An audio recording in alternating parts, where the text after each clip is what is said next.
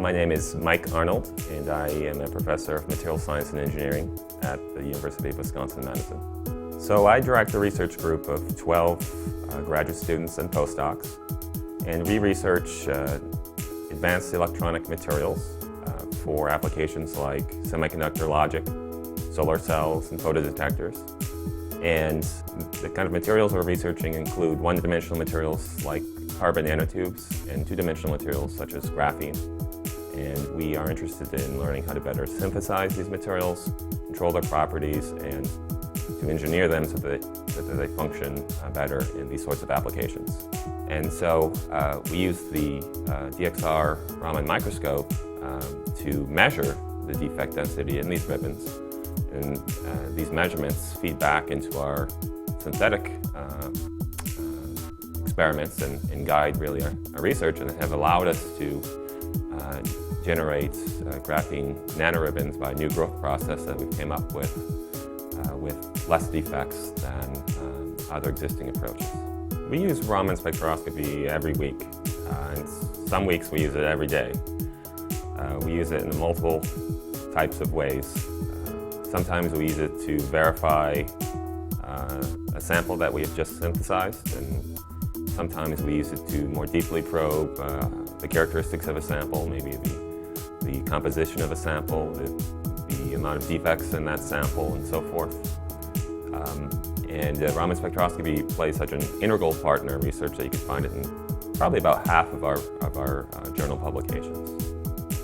My name is Shan, a postdoctoral researcher working in Dr. Michael Arnold's group in material science and engineering in University of Wisconsin-Madison. My research is focused on synthesizing heterostructure of 2D materials, graphene and hexagonal boron nitride. And I used the DXR Raman microscope to identify each domains of graphene and hexagonal boron nitride in heterostructures. My name is Flores Flores, a graduate student at the University of Wisconsin in Madison.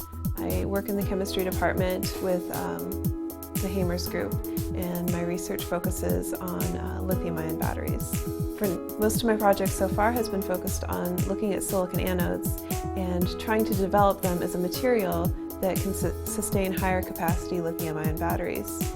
We are very interested in the surface chemistry of the silicon and understanding the reactivity of the surface and what changes we can make to help prevent degradation of the anode material when it's in the battery. It has been very beneficial to see some of the surface products that form on the battery surface during cycling, and it has given us a better picture to understand breakdown mechanisms in the battery. We are now developing the use of Raman to study our materials in an air-free method to be able to better understand what happens to the anode when it's inside a battery.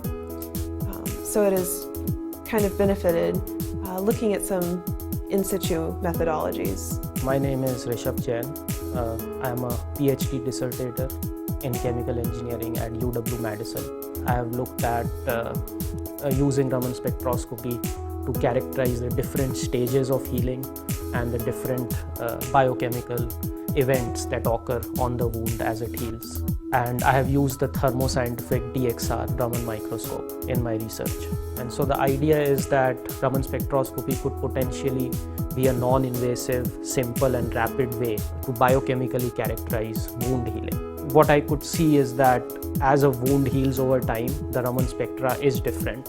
And so I could distinguish the wounds which are healing at different speeds using Raman spectroscopy. I'm Mike Arnold. My name is Shan. My name is Flores Flores. My name is Chen. And we use the Thermo DXR Raman microscope.